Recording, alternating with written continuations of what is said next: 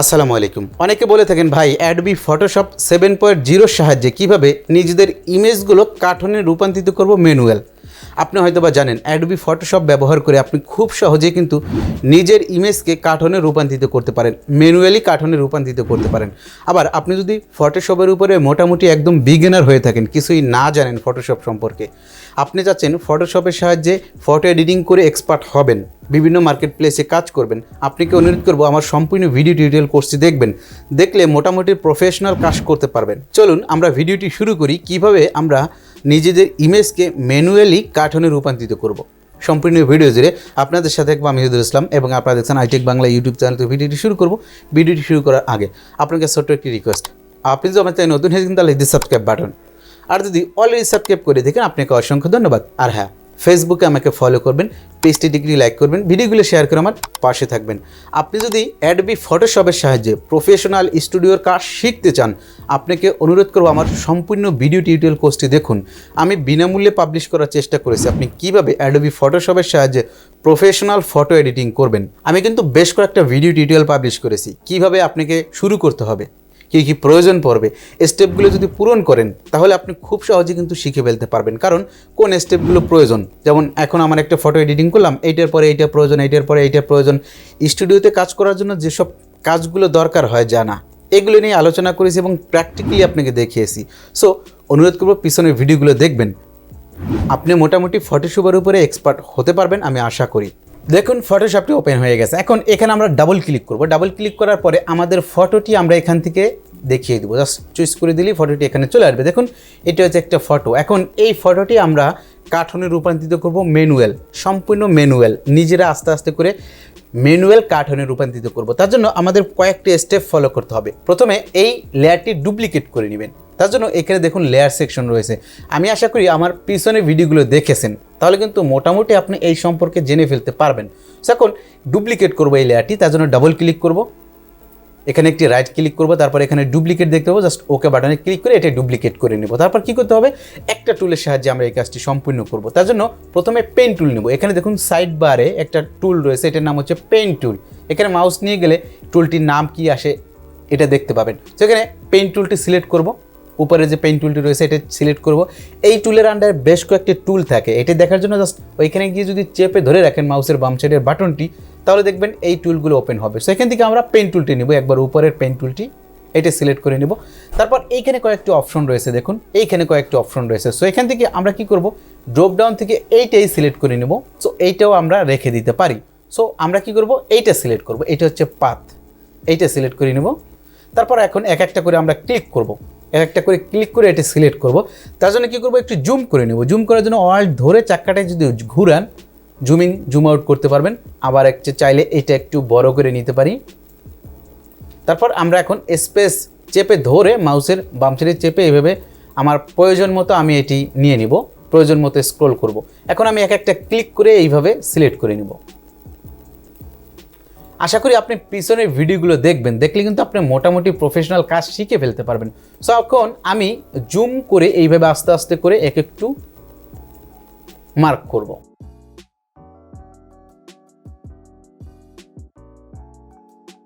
দেখুন কাজের ক্ষেত্রে কিন্তু এরকমের হয়ে যেতে পারে। সেক্ষেত্রে কী করবেন, এখানে সাইড বার থেকে এখানে লেয়ার অপশন থেকে একটু অপাসিটি আপনি 0 করে দেবেন। তারপরে এটাকে নিয়ে আস্তে আস্তে করে আপনি এইভাবে কাজ করবেন।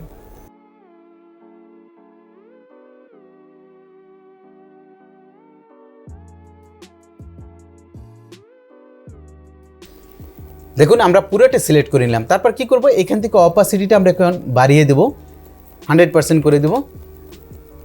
দেখুন এখন আমরা একটু জুম আউট করি। জুম আউট করার জন্য এখানে টুলটি ব্যবহার করে আমরা ফিক্স করে নিব। দেখুন এটা এভাবে দেখা যাচ্ছে, দেখুন এটা এভাবে দেখা যাচ্ছে। সো এখন কালারটা আমরা অ্যাডজাস্ট করে নিতে পারি। এখানে ডাবল ক্লিক করে আমরা কালারটা অ্যাডজাস্ট করতে পারি। লেটস সে আমরা রিয়েল কালার দেব। এখান থেকে কালার পিকারটা নিয়ে এখানে সেট করে দেব। একটু কাঠন কাঠন ভাব আসবে, তো কালারটা এইভাবে নিয়ে নেব, ওকে করে দিলাম। তারপরে আবার নতুন একটি লেয়ার নেব। আমি এখানে ক্লিক করে নতুন একটি লেয়ার নিয়ে নেব। তারপর এইখান থেকে আমরা মুখটি তৈরি করব। এভাবে আস্তে আস্তে করে তৈরি করার চেষ্টা করবেন।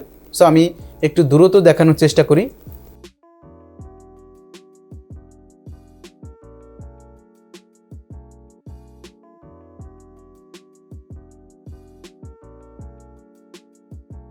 ওকে, এটা আমরা সিলেক্ট করে নিলাম। তারপর কালারটা দিব, এখানে রাইট ক্লিক করে ডাবল ক্লিক করে তারপর এখান থেকে কালার পিকার নিয়ে আমরা কালারটা অ্যাডজাস্ট করে দিব। তারপর কি করব, এইটা ড্র্যাগ করে নিচে এইভাবে নামিয়ে দিব। এটা নিচে নামিয়ে দিলাম। তারপর এইটা আমরা চোখের মতো আইকনে ক্লিক করে অফ করে দিব। তারপর এখান থেকে বাকি কাজগুলো করব নতুন একটি লেয়ার নিয়ে।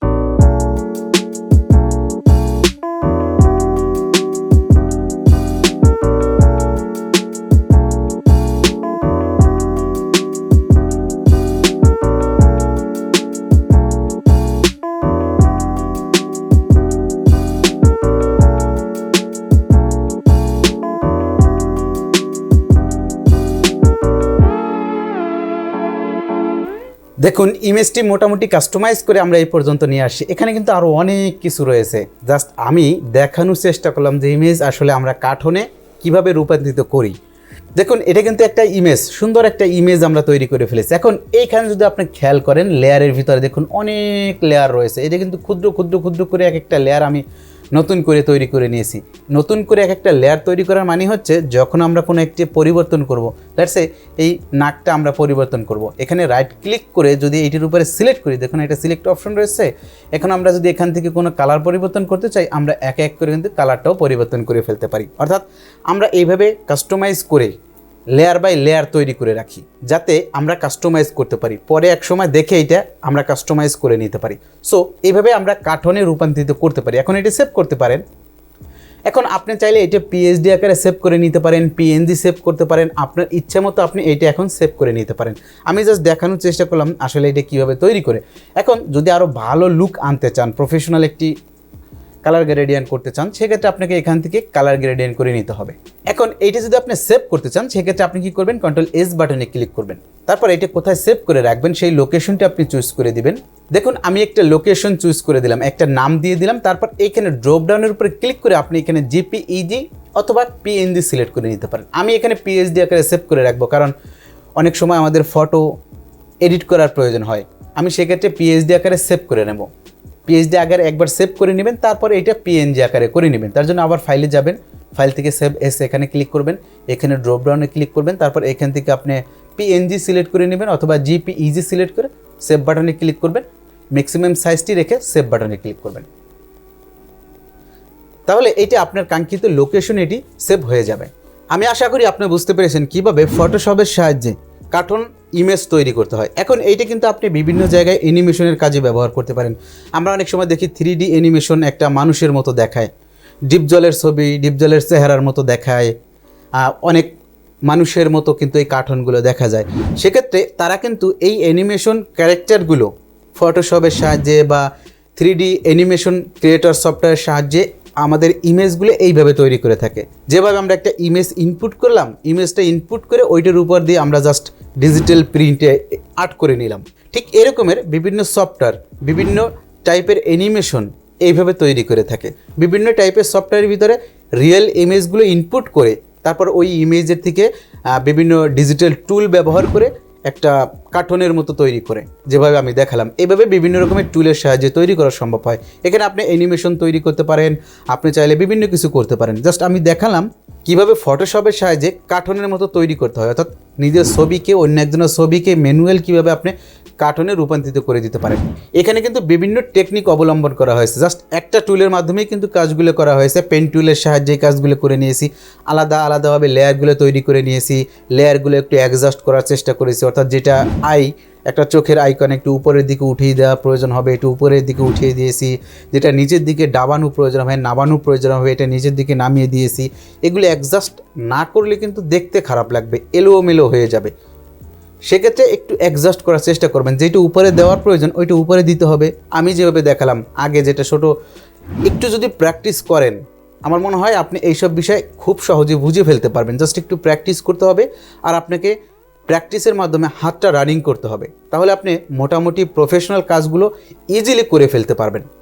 এই ছিল আজকে ভিডিওটি কেমন লাগলো কমেন্টের মাধ্যমে জানিয়ে দেবেন। ভিডিওটি ভালো লাগলে ফ্রেন্ডদের সাথে শেয়ার করতে একদম ভুলবেন না, আর আমাদের চ্যানেলটি সাবস্ক্রাইব মাস্ট। দেখা হবে আগামী কোনো ভিডিও টিউটোরিয়ালে। সে বন্ধু ভালো থাকবেন, সুস্থ থাকবেন। আসসালামু আলাইকুম।